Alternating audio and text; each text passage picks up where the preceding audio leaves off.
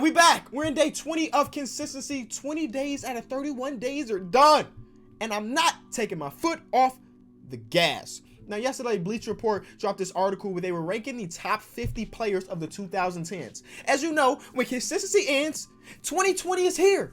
It's crazy to think that the entire decade is ending in a few days. We had so many great moments in just basketball alone, so it had me thinking with this article, I thought it'd be a good idea to turn on the camera, turn on the mic, and get my live reactions to this. Now, I don't know if this is super clickbaity, I don't know if this is 100% right, 100% wrong, but I'm gonna give my honest opinions to everything I see. Hopefully you enjoy it. So, okay. Remember that this is all about the 2010s. I know Kobe's going to end up somewhere on this list, and he may not be top 10, top 5, because you have to remember, this is just the 2010s. We're not talking about the early 2000s where Kobe won an MVP, Kobe won 3 rings in the early 2000s. We're just taking January 1st of 2010 to December 31st of 2020, which hasn't happened just yet, okay? 50 total players. Now, I'm not reading you this, but he does mention Kobe, Dirk, LeBron. We got a lot of names that, like, these are the players I grew up with Kobe and Dirk. They're going to be on this list. They have to be on this list because Dirk won a championship in this decade. Kobe won a championship in this decade, but they may not be as high as you would think because it's, again, just taking 2010s into consideration. The methodology, their numbers, fans got to vote. That's always good when the fans get their voices heard. And then accolades. I think those are 3 things that, well, should matter. The numbers, box plus minus, win shares, a lot of advanced stats. Fans got to vote. And then your accolades that you win some awards, all NBA teams, all defensive teams, so on and so forth. Difficult cuts. I almost said Klay Thompson. Cal Korver is a difficult cut, along with Darren Williams. Okay. Any of these I'm super upset about? No. See, Karl-Anthony Towns, when we do a list of the 2020s, Karl-Anthony Towns is going to be top 50. But just based on the 2010s, I can understand why he may not be out there. He got a couple All-NBA appearances, couple All-Star appearances, but that's it. All right? Jamal Crawford is a name that surprised me that he's not here because Jamal Crawford won some awards in this, in this decade. He won some awards. Maybe if he would have got a ring or something, he would have been higher on his list. He's definitely a fan favorite, too. So I'm actually surprised that he's not on there. Lou Williams, too. Kemba did not make the cut. Wow. Joe Johnson. I just realized the name Joe Johnson. Joe Johnson was in multiple All-Star games. He had a couple playoff series wins. I'm surprised he's not there. Jason Kidd, I'm not super surprised because, again, just the 2010s. All right, executive decision. So these are players that may not have made the cut, but the writer of this article was like, he has to be in here. Wait. Okay, Boogie, I can completely understand because he had the numbers with the Sacramento Kings, never made the playoffs with them, and then when he finally made the playoffs, you know what happened with the Warriors. So his accolades are pretty low. His numbers may be good. No playoff experience, really. So I can understand why he's this low.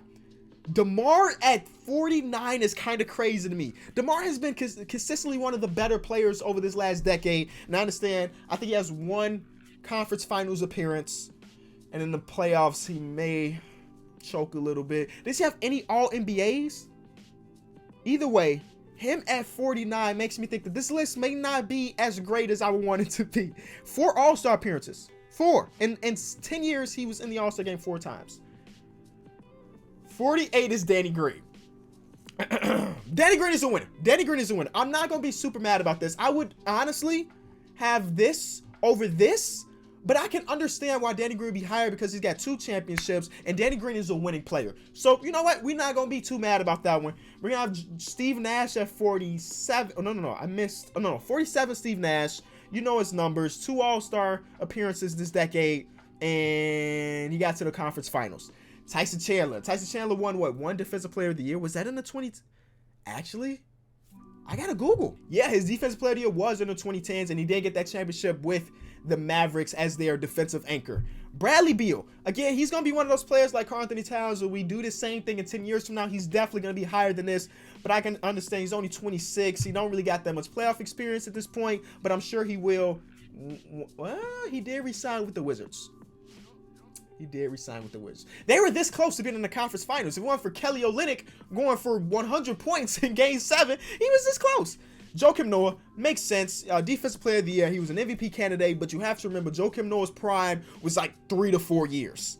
If he was consistently that good, he'd be way higher on this list. But since his prime was just those couple years, boom. So 3-time All-Defensive Team, 1-time All-NBA, 2-time All-Star, 4th in MVP voting in 2014. And then he fell off an absolute cliff. And now he's basically retired because he had an injury. And because nobody wanted to sign him. But they going hand in hand. Paul Pierce. Now, Paul Pierce was only there for 4 years of the 2010s. He had that one game winner where he didn't call bank, he called game. Mike Conley. Grin Grind. I'm going to try to read some of these because, again, Mike Conley's one of those dudes where he doesn't have that many accolades, but he had one conference finals appearance, I'm pretty sure. And then that's pretty much it. But I have to remember that the statistics that they're talking about are not points per game, assists per game, rebound per game. They're going pretty to advanced stats. I'm not really a super advanced stats guy. So, sure. Serge Ibaka tied at 41. Serge has a championship, which is dope. Shout out to Serge for that. He led the league in block like 3 times. Serge Ibaka used to be the nickname. And then he evolved his game from just a rim protector to a rim protector that can stretch the floor. So, is he too high? Should he be higher than Joakim Noah or Bradley Beal or Tyson Chandler? Probably not. I think that ring means so much. That ring means so much. And then he got to the finals with OKC. It just so happened that they were super young and going against a very good Miami Heat team. Paul Millsap. Paul Millsap, it says an unofficial most underrated player of all time. Okay, I mean, sure. Rondo at 39. That personally seems a bit low. He's got one championship in this decade. He probably don't have any all-NBA teams or pretty much any accolades outside of that. I think in my brain, I just see him as such an elite playmaker. He's a winning player that I would personally have him a bit higher. But again, they looking at plus minuses per 100 possessions. That ain't my stuff. I like to go off what I've seen in my lifetime. Then we have DeAndre Ayton. I'm sorry, not DeAndre Ayton, DeAndre Jordan. I wish that Lob City team got a lot further than what they did. Obviously, you know where they ended up and how it always ended up being Chris Paul getting injured, Blake Griffin getting injured, or something always happened to deter those teams from winning, getting to the conference finals. 1 All-Star game, 2 All-Defensive teams, 3 All-NBA teams. Wow. I did not remember that he was on 3 All-NBA teams. That had to be earlier in the 2010s where, like, there was no Joel Embiid, Karl Anthony Towns, Nikola Jokic. The center position had to be just not that great. It's probably him, Joakim Noah. Yeah. Then we have KG. Again, he does have that one championship with the no, he doesn't. That was 2008. So actually the Rajon Rondo win not that bad. Not that bad that he's this low because that was 2008. Shout out to K, or I guess maybe not shout out to KG. He been talking his mouth, running his mouth a little bit. Agree or disagree with. I like KG, but sometimes you just gotta, you feel me? Just chill out a little bit. 3 All-Star teams, 2 All-Defensive teams. See, Carmelo. I would say this is pretty low for Carmelo. Carmelo's a fan favorite. But I guess what their argument will be is that when he was in this 2010s, he's basically spent majority of it with the Knicks. They got out of the first round just one time. They weren't very successful. I don't know if you can blame that on Melo or them not building a great team around here, whatever. But yeah, they had 1 50-win season under him. 3 All-NBA selections. Shout out to Melo. He always is going to be in the All-Star game. 8 out of the 2010s, and those other 2 years was just the last 2 years when he was with the Rockets, and then he was with OKC. He didn't make the All-Star game then. But yeah, the first 8 years he was All-Star, and that's fan voting and him averaging 28 points per game in a couple seasons. Jokic being this high is kind of weird, right? Because Jokic's stardom, if you want to call it that, didn't really start till like 2 years ago. So this is one that I want to read the rationalization about. It has to be advanced stats. In this situation, they didn't bring up advanced stats at all. He's made 1 All-NBA team in this decade. Again, he came towards the lower end of the decade. But obviously, Jokic is a great player. Do not get me wrong. But if we're ranking players of the decade, him at 35 seems a bit high when he's just been good for 3 years out of the 10 years. You know what I'm saying? Where a player like Melo was good for at least 8 of those years. I mean, their playoff, it's not like Jokic has that playoff success so far. Huh. All right. Derrick Rose at 34, youngest MVP of all time. The problem with Derrick Rose's case is that I think he was an all-NBA player once, and he only made 3 All-Star games. Obviously, with all the injuries, he missed All-Star games. If it was just based on fan votes, he'd be in there every single year. 34 for Derrick Rose, I don't feel bad about. And that's from a huge Derrick Rose fan. Then we have Rudy Gobert. Now, we talk about 2-time Defensive Player of the Year. I'd see the name Tyson Chandler because they're paralleled, right? Where they're great rim protectors. But the thing about Rudy Gobert, his offensive game is a bit better than what Tyson Chandler's was.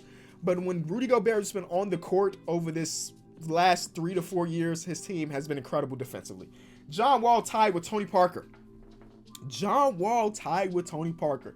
Now, I think a lot of people don't like John Wall anymore, and it's mostly because he's been injured for so long that we forgot how good he was. John Wall is a hooper, and I hope that when he does come back, he is the same guy he was, because an Achilles tear is tough on a guy as explosive as he is.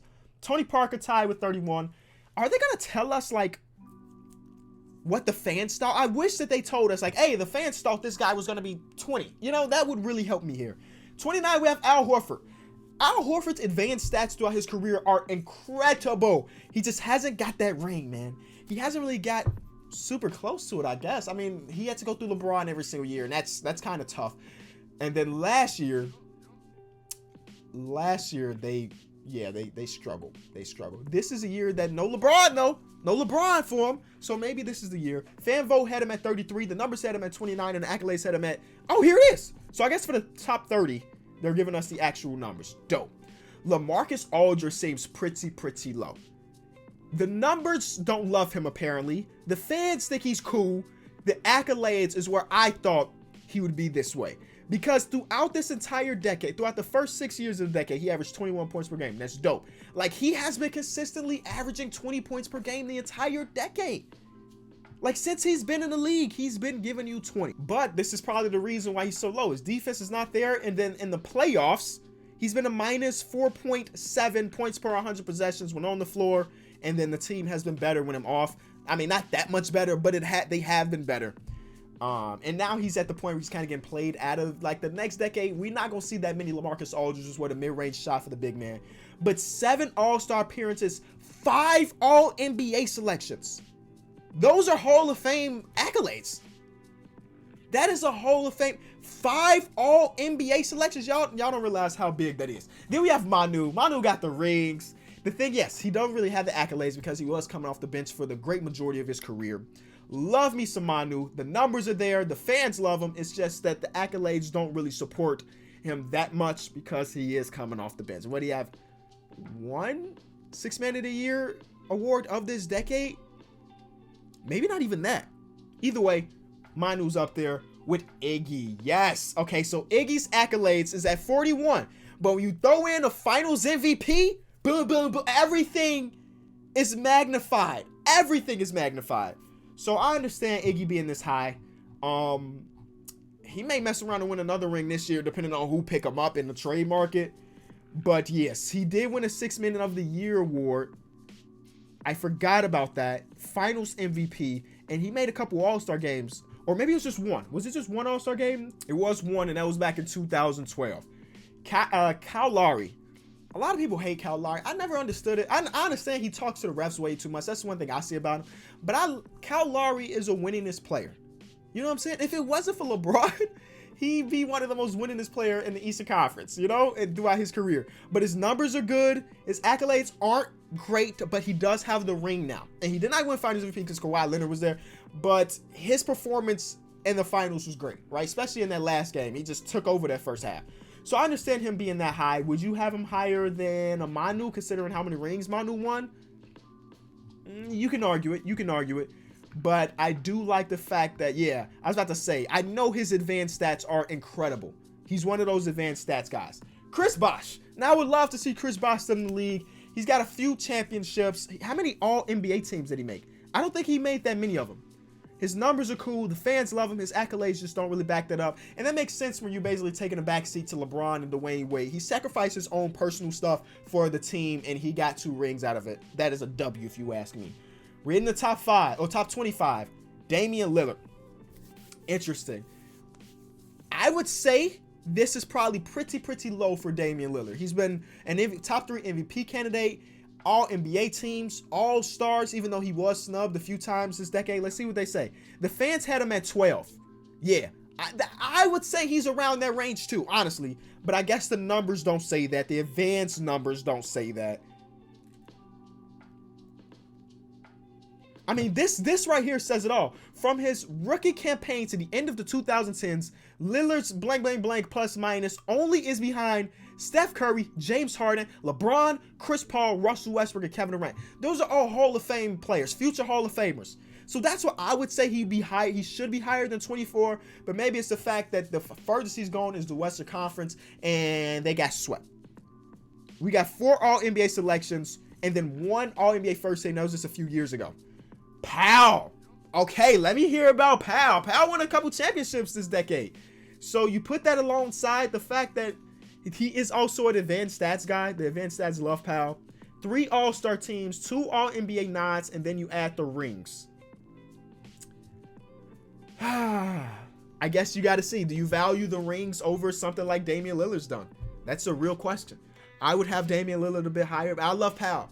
Powell was in the All-Star game as a Bull, so I love me some Powell, but I would probably have, they got Mark and Powell back-to-back. I'd have Damian Lillard over him.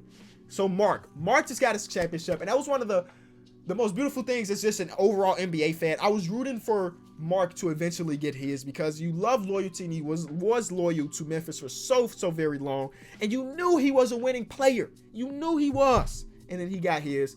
Just defensively, yeah, I was about to say, defensive anchor is what they say here. Defensively, he was incredible this entire decade. Even at his old age right now, he's still one of the best defending bigs in the entire league, and he is old. And we talking old. Defensive Player of the Year in 2013, and then he clamped up guys like Joel Embiid and so on and so forth on the road to that championship last year. I really like me some Marc Gasol. Klay Thompson at 21. Fan vote had him at 10. One of the most, I would say, top 3, top 4 shooter of all time, obviously. He's got championships, but he's never going to probably hold a finals MVP or something like that, but he will get his All-Star games. He's never made an all-defensive team, but he's always in conversations to make an all-defensive team. I can understand having him this high. Again, I would probably have Damian Lillard higher, but this guy has rings to support it, so again, not mad about it. Next guy, Kevin Love. We're getting a bit spicy here. He got the 1 ring. I guess when you talk about his numbers are 19th because when he was in Minnesota, he was a 2020 machine, y'all. I don't know how many of y'all remember him. He was going out. Some nights he'll drop 50 and 25, and this team will win by 3. Stuff like that. Until he got to Cleveland, and then he won a championship. One of the greatest defensive stops of all time in the Game 7 against Stephen Curry. I don't know what the plus minuses and all that says, but I know that Kevin Love should be in the conversation. He only trailed James, Paul, Durant, and Joakim Noah in box plus minuses during this stretch in his last 4 seasons with the Wolves. That's crazy. That's crazy. They were never ever to build a team around him to do anything, and that's why I was happy when he got traded. Jimmy Butler at 19. Now that is surprising. Love me some Jimmy. Really do. But higher than Dame this decade. 4 All-Star games, 4 All-Defensive teams, 2 All-NBAs. He made his case. I didn't really realize that he was on 4 All-Defensive teams. Now I know Jimmy Butler's a great defender, don't get me wrong. But I didn't know his number was already up to 4. Congratulations. He may get a 5th this year. Who knows? Jimmy Butler, his success story is just all-time great. All-time great. Next, Dwight Howard. That's pretty low. The fans had him at 29th, and that tells me people are forgetting how good he was when he was in this Orlando Magic uniform. Yes, led a team all the way to the finals where it was him, Jameer Nelson, who else? Hedo Turkoglu, Rashad Lewis, Courtney Lee, JJ Redick was on that team. He was super dominant. He was compared to Shaq. Shaq is the most dominant player I've ever seen in my lifetime. He was compared to Shaq. And it wasn't just because they both started off in Orlando and they ended up in LA. No, he was just that dominant, offensively and defensively. But the fans don't love him, and I guess the numbers don't love him either. The accolades are there. We're talking 5 All-Star teams, 2 Defensive Player of the Years, 3 All-Defensive teams, and 5 All-NBA. 5? That means he was a top 15 player in this league 5 years this decade. He was a top 3 player at his position 5 times in 10 years. That is ridiculous. Y'all have to realize how difficult that is. But I guess the numbers don't love him. The numbers don't love him. And maybe that was because the last 3 or 4 years he hasn't been incredible. I love to see that he's back to being at least decent. Next we have Anthony Davis, though. Super young. Anthony Davis is only, 26 at this point. So we're grading him based on 6-7 years of NBA experience. He's already made how many all NBA teams? 6 all-star games, 3 all NBA teams, and 3 all defensive teams. Gotta love it. But the fans had him at 8.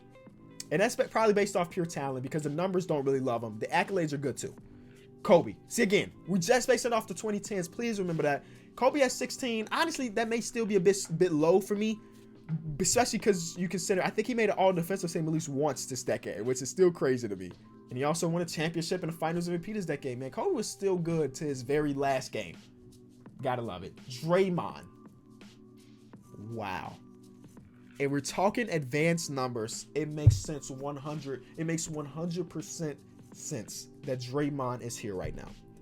The advanced numbers absolutely love Draymond Green's game. And you throw in the one-time defensive player of the year, you throw in the championships. It makes sense that he's this high if we're talking off the advanced numbers. But again, a guy like Damian Lillard or Dwight Howard this decade was probably better than Draymond Green, if you ask me. The numbers love him.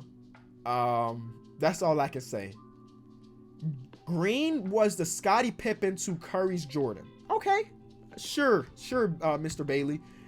1 defensive player of the year, 5 defensive teams. That's incredible in its own. He made a couple All-Star games too. Dirk. Yeah, baby. Look at Dirk. He got his finals MVP. He's always going to be in an All-Star game because he's a fan favorite, just like Kobe, LeBron, Carmelo, and so on and so forth. I ain't even got to really think about this one. Is he a bit too high? Maybe, considering the last 2-3 years of his career, he wasn't very good. It is what it is. Blake Griffin. Blake Griffin, even without his postseason success. I know he just got an All-NBA nod last year, so shout out to Blake for that. For the first 2 seasons of Blake Griffin's career, he was a rim-rocking, glass-cleaning behemoth. But now you know that he switched his game around. He's more of a playmaker. He can shoot the ball. I understand. I love his character arc if we're talking like a TV show or a movie. Now he doesn't rely solely on his athleticism. The numbers are, he was pretty good either way. Kyrie at 12. The numbers love him. The fans love him. The accolades, maybe not so much. He does have the 1 finals. He's got the ring. He's got a couple All-Star games. A couple All-NBA teams, right? At least 2 of them. Either way, Kyrie being this high? Yeah, exactly 2 of them. I know a little bit of something. He's got 2 of them. Then we have Giannis. Fans had him at 6. Giannis may mess around and be number 1 of the 2020s. When this same article is done in 10 years, Giannis is going to be like number 1. Luka's going to be like number 2. At 11, this is the fans. The numbers are good. Accolades are cool. He's got an MVP award. There's only 10 of those this decade. He's got 1 of them. And he's been in the conversations for it for at least 3 years. So I understand it. I can understand it. I can understand him being this high. Even though he hasn't been great for 10 years. He's probably been great for what? 4 years, I would say. Timmy D at number 10, baby. Got a couple rings this decade. Still defended to his very last day. And then they beat that Heat team. They're one of the few teams to defeat that Heat team. So, yeah, the numbers love him. The fans love him. Accolades for the 2010s don't really matter. It's Tim Duncan. Next. Paul George. Wow. Paul George. From six-man to the most improved player to top 10 player of the entire decade. The numbers are good. Fans love him. Accolades are there. What type of accolades are we talking? We talking 6-time All-Star, 5-time All-NBA, 4-time All-Defensive Team, and he was just 3rd in MVP voting last year. Okay. Dwayne Wade. Fans love him. Accolades are cool. Numbers are cool. We're talking 1-time defensive team, 8 All-Stars, 1 ceremonial. That was last year. Him and Dirk made it. And 4 All-NBA seasons. Chris Paul. Yeah. Hey. Chris Paul, biggest fan right here. I love to see him tied for number 7. Accolades have him 4th. Numbers have him 6th. One of the best advanced stats guys in NBA history here. One of the best. Look. Over the 2010s, he was 5th in box plus minus, sorry. 3rd in playoff box plus minus. Win shares 2nd. Playoff win shares 4th. Net rating 4th. Playoff net rating 99th. No, ignore that one. Ignore that one. But look, these numbers are ridiculous. Ridiculous. There's nothing much I can say. You know Chris Paul's game. I know a lot of people hate him, and that's more for the way he acts, I guess. But the game is there. It's been there for an entirety of his career, and it's still there to this day. It just so happened he's super overpaid at this point. Russell Westbrook, I love it. One-time MVP, the numbers are gonna say he averaged a triple-double. You know what I'm saying? He averaged a triple-double multiple years, something that's never ever been done before. Accolades are there. He's got 1 finals appearance as a super young NBA player this decade. I can't be mad. I can't be mad at Russell Westbrook being this high at all. Then we have James Harden. Also has 1 championship appearance when they were teammates, when they were all super young. The numbers love him. He's got 1 MVP, and he's been in the conversation for at least the last 4 or 5 years. The fans may not love him, but I feel like a lot of people, whether you love or hate watching James Harden play, you understand that what he does is great. You know what I'm saying? You may hate the fact that he draws 1,000 fouls sometimes, but you realize that that is a skill. Fans do, and they got him at the 5th best player of the decade. Kawhi at 4. 2 finals MVPs. All defensive team. 1 defensive player of the year award. I can't be mad about it. The one thing about Kawhi Leonard is the fact that it all happened so fast for him, right? Like the first half of this decade, he was a nobody because, a lot of it he wasn't in the league, but he basically came into the scene the year before he won Finals MVP with the Spurs. People start to realize, oh, Kawhi Leonard has potential to be pretty good in this league. Then we get to the finals, boom, he wins Finals MVP. Oh, Kawhi Leonard's about to turn into a star, and then he did. And then we had basically the whole season where he sat out with the quad and the whole thing with the Spurs. And he's like, you know what? I need to show the world that I'm still great, and I'm gonna lead this franchise that's been been close so many years. I'm gonna put them over the hump. I'm gonna win Finals MVP, then I'm gonna move somewhere else and potentially do it again. Kawhi's that guy. Kawhi's really that guy, man. The numbers love him, advanced and like just normal numbers. He's one of those guys that if you can't prevent him from getting to a spot, he's going to drop 30 on your head. Speaking of 30 on him, Steph Curry got the 30 on me like I'm Stephen Curry, the 3rd best player of the decade. What do we need to say about Steph Curry besides the fact he's the greatest shooter of all time, the 1st unanimous MVP, 2-time MVP, multiple rings. You go down in history as one of the greatest point guards and just overall greatest players of all time. Look at this. Wait, what does it say? Right now, his 7.1 career offensive box plus minus trails LeBron for 1st place. Wow. KD's number 2, as you could probably expect.